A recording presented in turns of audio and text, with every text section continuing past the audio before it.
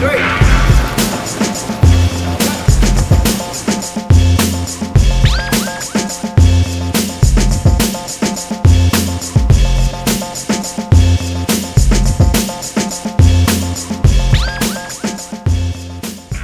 Original story for Marvel was something totally different. We had more characters involved, it was a totally different story, but none of the footage was compelling enough to keep. Actually, the person that you cared about the most was Jeff Mike's character. And pretty much like all of my shots were really good shots, and the other pickup shots that he had didn't turn out so well, so the whole plot changed at that point. The idea was to actually go off of their lyrics and like what their fears were and so forth, and my part was actually Swan's verse, which was the fear of conformity and like falling into this robot state of mind and doing everything stagnant and being like everybody else. And the idea was for me to wake up out of this, and that was signified by me ripping off the tie and running out the elevator. It was me getting away from the conformity. J. Cross, blasting me or whatever, that was just kind of like the bittersweet ending to it all, you know what I mean? Like, his part of the story was supposed to be, he was poor and struggling and going through hard times, and he needed cash and he needed money quick, and I just happened to be his victim. But it turned into this whole other thing where, it was like he witnessed me being the supervillain and murking, Tanya and Da Vinci, and he was getting the revenge for Scylla. Like, they kind of came up with the whole idea of having a trilogy. It just started pouring out, dude. It was actually really great because I'm new to film, so I've never really wrote stories and all that stuff where I had a burst of inspiration about like a story. It's usually about like verses and stuff. You know what I'm saying? Because I rap. The premise for all 3 parts of the trilogy is already laid out. The concepts are there. The story is there. Into the camera, so his eyes are closed and he's just screaming. So that's going to be flashing while he's fighting with Swan. Nice. While he's strangling you, while whatever is happening. Like his struggle. Yes. Yeah.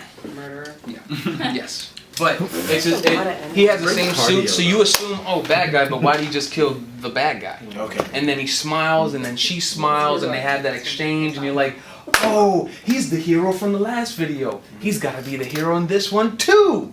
You know what I'm saying? No, that's not the case. He's the bastard in this video. You know what I'm saying? So this is the prequel. It's pretty straightforward. It's a chase. We pretty much made this kind of real-life comic book world up, where there's an agency. It's an agency that's specifically designed to eliminate heroes. And the premise behind this is that Solillaquists of Sound they're like the most iconic heroes in this world. So without revealing the next video, the point of this video is that there are forces out there that are going to try to oppress or shut down your inner hero, basically. So you're gonna face these obstacles, and it's all about how you deal with them. Even though like in this video, all 4 members actually get killed, because in Marvel they are dead. It's not to say that you will be defeated. It's just, there are forces out there that are specifically designed to contest your greatness.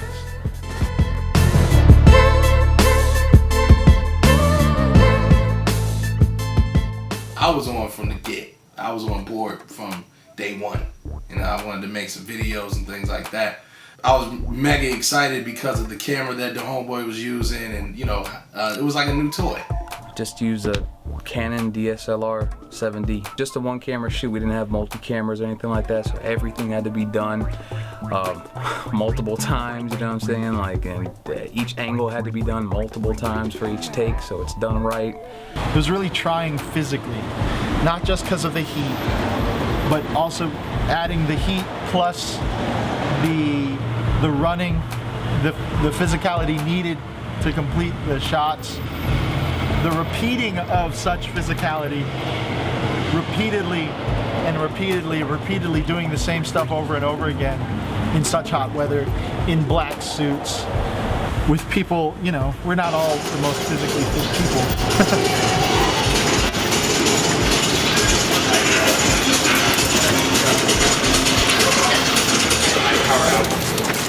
And the thing was, what was so crazy about it is that this dude is using one camera, you know? He's not wanting to use anybody else's camera. And there was like 3 more people at least that had the same cameras. Like he said, you'll be able to get the same quality, but he didn't want that. Dex didn't want that. No, I actually prefer to shoot with one camera. Because I'm doing the shooting, so I'm directing, the DP, I'm the cinematographer. So, you know, that's pretty much where the enjoyment for me is to actually shoot it and be really hands-on and really involved with the cast and the talent and how it's shot and how it's gonna end up looking, and, you know, kind of try to pre-plan as much as you can. I mean, we've been shooting this with no budget, no money. To try to prep the look prior, it's, you know, you kind of have to deal with what you get. Being a hip-hop producer and being a sample-based producer, that's kind of the philosophy when you're sampling records. You kind of have to deal with what you get. I mean, you get to pick and choose, obviously. So, like, I would say that, like, Solillaquists of Sound in this instance was the record that I chose, and they got good stuff. Now I just have to work with what they got. You know what I'm saying? So that's the premise, and that's how I approach filming now as a producer. I just try to translate anything I know from audio and music into film. So working with Solillaquists as a whole is always dope because they're really professional about their shit.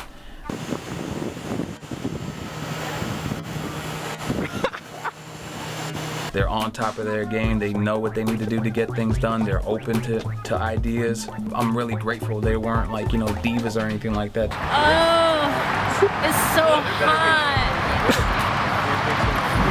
Where's my trailer? Working with them is always, always great. Working with X as a director, man, he is a diva. No, Danny, bring my pouch, not my backpack. No, you know the small pouch? The one I've been carrying around all day? But the way that he will go into a shot is really dope because he knows what he wants. I think as a director, he's really good at getting what he wants. It's neat to see him in that role because I didn't know that he would be so good at it. So it was just in amazement of watching him work. Like, wow, you were meant to do this. He totally looks like a director. He knows exactly what to do, what he wants. Although sometimes it took a little bit longer than you wanted to. We were there way longer than you think you should be, but it ends up being great. So primarily we shot in downtown Orlando. We just went scouting, just driving around until we found something that was, you know, that fit the concept of the video. We wanted something that was more urban, and it's really difficult to find urban environments in Orlando that look kind of gritty or whatnot, because, you know, Orlando for the most part is really pretty. Orlando, man, I mean, anybody who lives here, if they pay attention to the video, they're gonna know all the spots. They've seen all of it. Even some of the rooftop stuff that's in Gotham, you're gonna know which building we're on top of which bar or club or office building. So yeah, Orlando, Ozone, represent.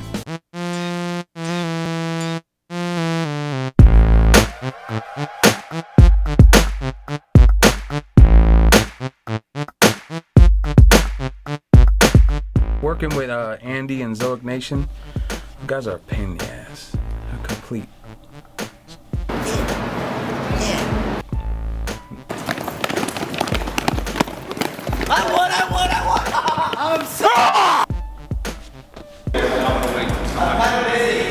Well, I've known Andy for a while.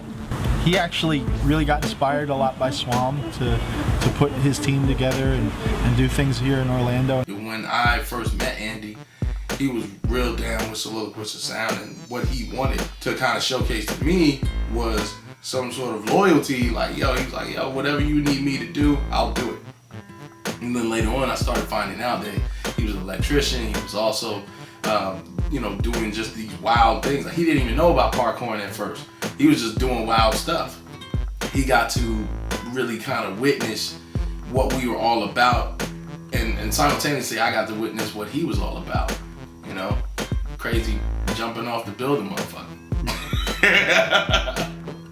It made a lot of sense to bring him on, not only as one of the people chasing us and doing crazy stunts, but as a stunt coordinator, because he has experience with that type of thing and knows what his guys are capable of. Him and his team were awesome. They were on point. Andy was super on point, super bossy.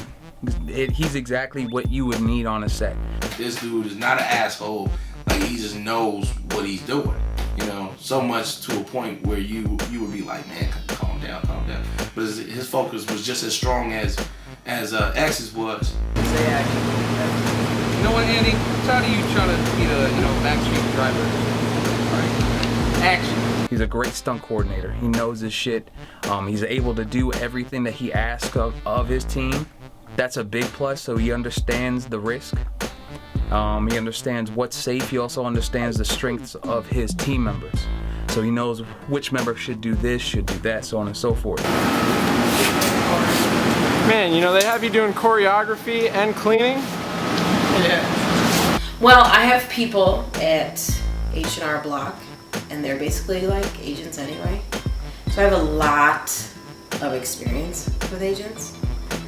That being said, these guys moved around a little bit more, did a few more jumps and all that sort of thing. They were very, very convincing. Even like on set when I knew it was a video. It was very strange, like coming to set, so to speak. First time around with Marvel, it was only me, X, J Cross for a hot minute. That was it. Just us three running around all day. And then later on, Da Vinci and Swan showed up. That was it. This time, I'm walking up in my suit, feeling good, burning up in the sun.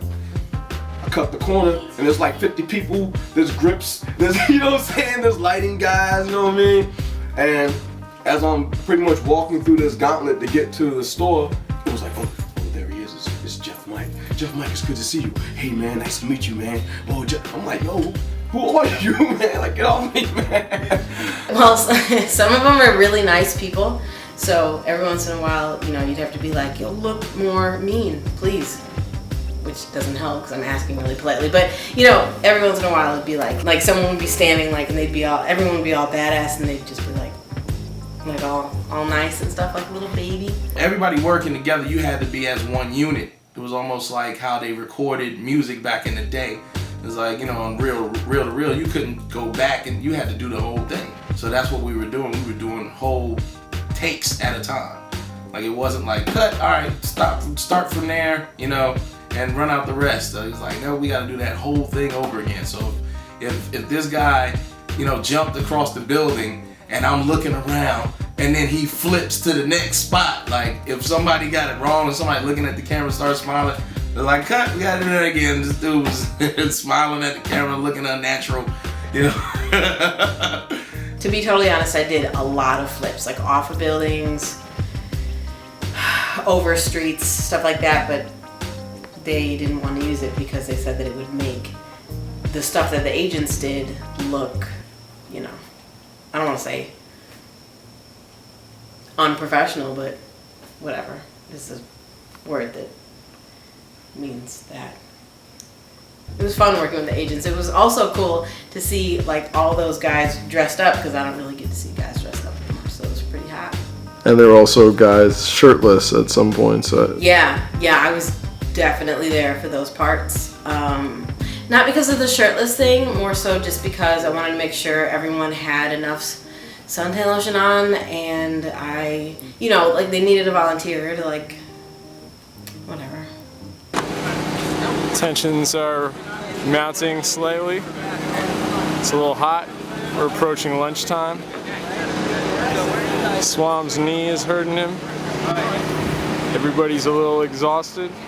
We were busting our ass in the heat of the summer in Florida.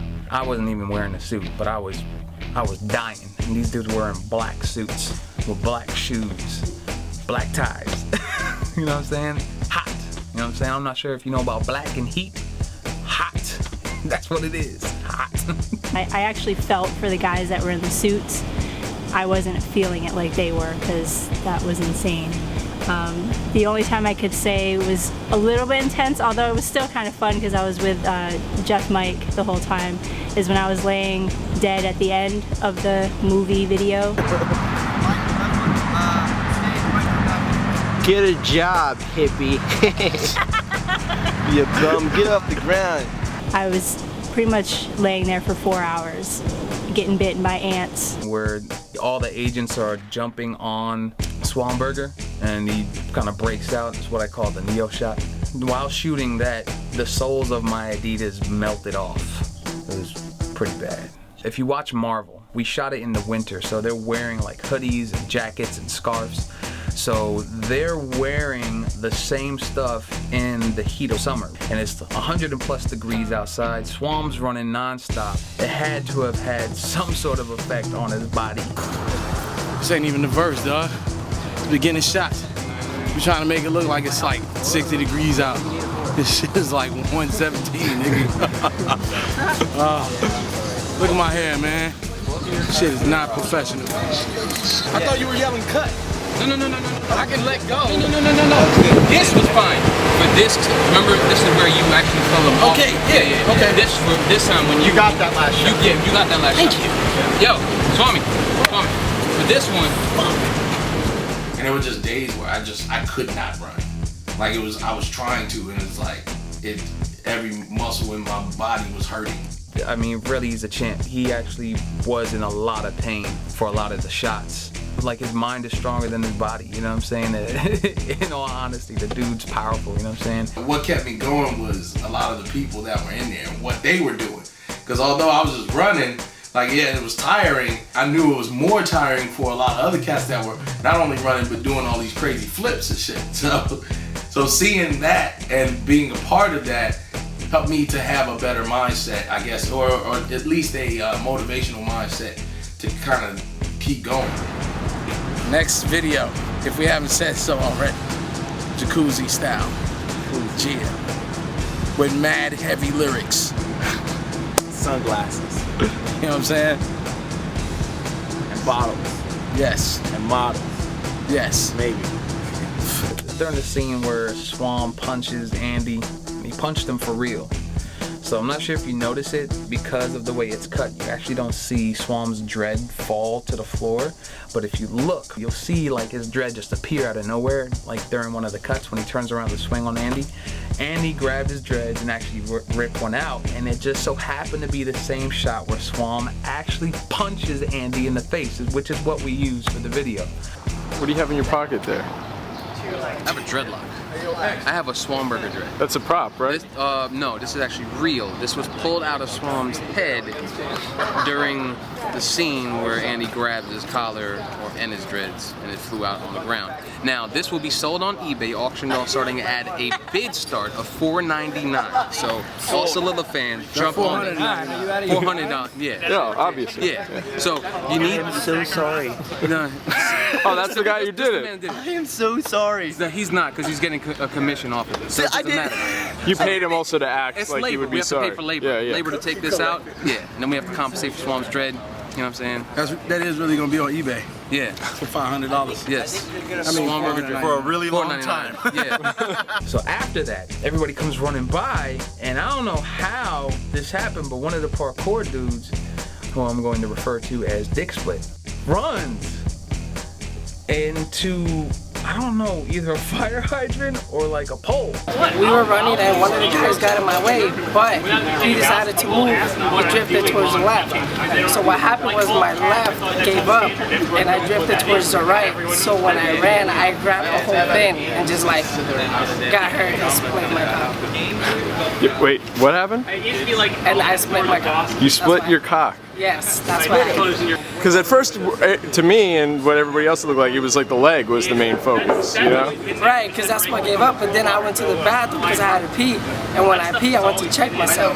When I checked myself, that's when I realized, I was like, oh yeah, I gotta go to the hospital. Wow. So yeah, pretty much. So did they stitch it up? Did they get you a new cock, or what happened? No, I got a new cock. I was hoping for one, but no. I did what they do. They just glued it up, and they said I'll be fine. Just let it heal.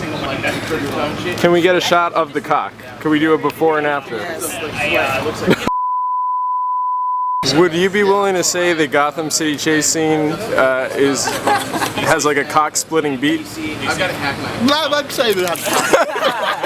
I hate, but I can use this. Is what I Me and Da Vinci and some of the other cast members, we kind of choreographed the fight scene for the finale of the video. Me and Da Vinci have an extensive martial arts background, and so did some of the members on the set. Craig Roberto, also known as Scooby, he's actually been in some major motion pictures. Michael, who we call the Synop stunt double, you know what I'm saying? He also has a martial arts background, so basically anybody that you see that actually looks like they know what they're doing, they have a martial arts background. So we were on the spot. Nothing was pre-rehearsed. Hold it. What the fuck was that? We choreographed the fight scenes step by step, multiple angles. You know, there's a lot of mistakes. Oh, okay, I'm sorry. I didn't know I was going down. Sorry. Reset. Timing issues and safety issues, you know, with proximity of like certain swings and kicks and all that stuff. I started training with Andy and his parkour team. My whole plan was to go up in there and get really good so I could actually do flips and shit in the video. But then I tried doing a flip and my heavy ass landed on my leg wrong. I landed the flip, but I really injured myself, and that set a lot of things back because it made me immobile for over a month, and I was in bed in excruciating pain for a really long time. It was really intense. It was some of the most pain I've ever been in. So at that point I was like, I don't think I'm gonna be ready to be running a lot because I can't even get out of bed. And even in the video shoot, I was limping a lot because I was just getting over the pain. So we wrote into it that I got kind of roughed up when I'm being interrogated, and beforehand when I'm fighting, it's not the prettiest martial arts. Like, I didn't really incorporate a lot of what I do as a martial artist into the scenes. The only person that got punched in the nuts, his name is Dick Punch. Yeah. So at the fight scene at the end, he punches homeboy in the, yeah. Rolling and action. Yeah, he was just laying on the ground. I didn't know what happened. It's not really your problem. It's not my problem. I just went through getting beat up by 14 guys. Beating them up. All the while watching my dead wife on the ground. And then I get killed. These are going in the trash. They had a good run. We'll see how washers and dryers really work. To watch you make Alex cry. Yeah, no, you do it again too. I ain't scared of nobody. I'm scared of you. I'm scared of her. I'm scared of this pump nigga right here. Kill everybody. See what I'm saying? You know what I'm saying? You know what I'm saying? Sport. Jeff is, he's such a jovial guy. I don't know if you just use jovial for fat people, but he is jovial without the fat. He's really jolly. Wow, shit, that doesn't work either. Well, the way it was presented to me, you know, X was just like, yo, man, you gonna be the villain. I'm like, what are you talking about? I'm like, you know what I'm saying? This is like my family. These are people I love. Like, why do I have to be the bad guy? Why can't I be the good guy for once? And he was like, nah, I got it.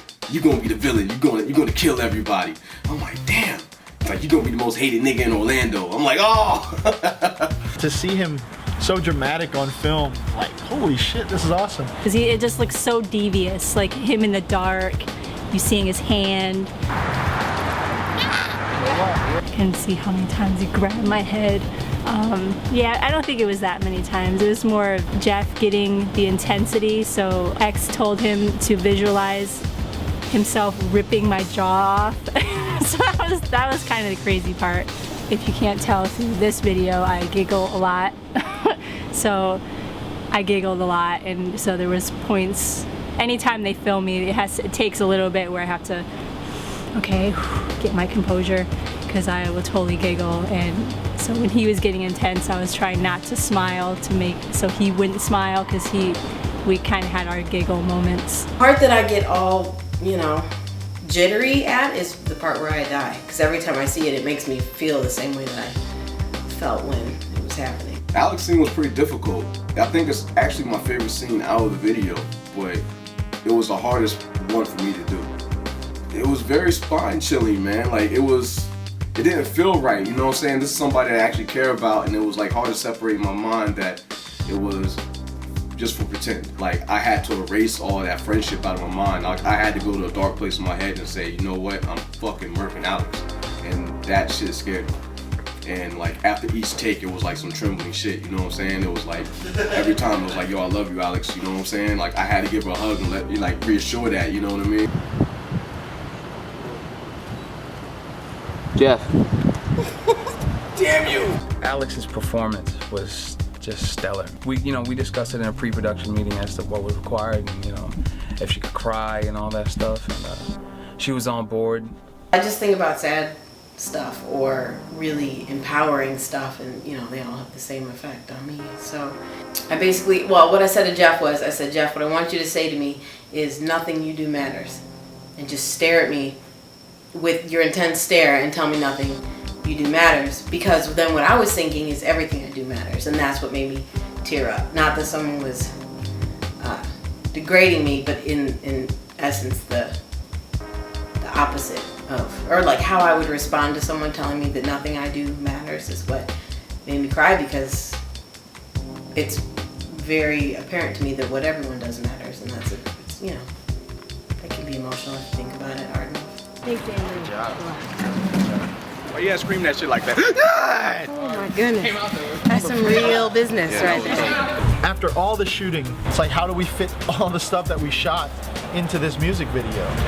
When we were writing it, it was like, is this gonna be enough? And sure enough, we had way more than enough. X was just about done with the song, and he had me come over and he was like, look, man, Alex's death scene, I'm only getting to her death scene at the end of the song.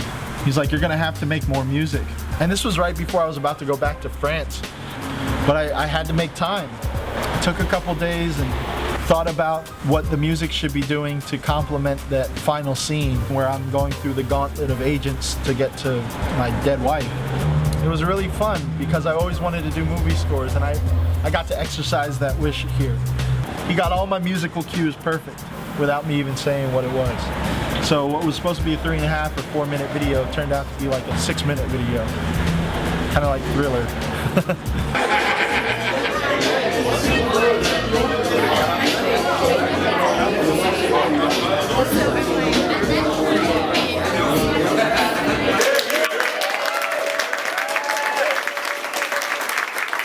There's just a lot of people to thank, and I just thank all of you for coming out, helping us make this possible. It's amazing to me, not just as a video, but like as a movement in Orlando, like a community effort. To see the video complete as it is now is incredible. To see like a movie that we came up with in our head actually there, is really awesome. What I learned from the process is that we're about to be famous as fuck. That's it. We created this video out of nothing, out of our heads, and with such talented people, that's fucking incredible to me. The whole crew, Team Zoe, X144, Solillaquists of Sound, all the friends and fam that was actually in the video, it's the gateway to a new standard. As far as hip hop is concerned, all y'all gotta do is follow suit. A video is one of the most ridiculous pieces of cinema I've ever laid my baby blue eyes upon, and it was something to behold in there, yo. I don't even know what to compare it to. Like, it was just some of the best stuff I've seen in a long time, for sure. They definitely set the standard on visuals and putting together a lot of work, and they said they did it off no budget. I commend that, like 100%. What I liked about it is that they put together a lot of different elements from our generation that just flowed really well together, like the martial arts, the hip hop, the choreography, and the flows were ill, the camera work was ill, the whole thing was really nice, you know what I mean? And it's nice to see everybody come together like this. At one point of the video, I actually got anxiety watching it because it's just so climactic that you just don't know what to do. You just get so anxious of what's actually about to happen that you want to know what's actually going to happen. So I thought it was one of the best videos I've seen actually in a very long time, so I liked it a lot. Knowing X's vision and everything else, executed perfectly. Just looking forward to the next one. My first reaction is like, hands down, X is the chosen one. Da Vinci is a great producer, and we are the greatest of all time. That's what's up. Awesome. Anything else you want to add? We're the greatest of all time. That's what's up.